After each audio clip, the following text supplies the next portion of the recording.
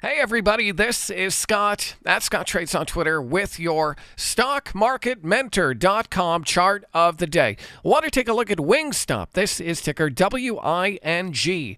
Now, Wingstop has been a pretty steady Eddie trade ever since November here when it broke out above all these moving averages. As you can see, this trend has been going strong and it's only tested the 50-day moving average.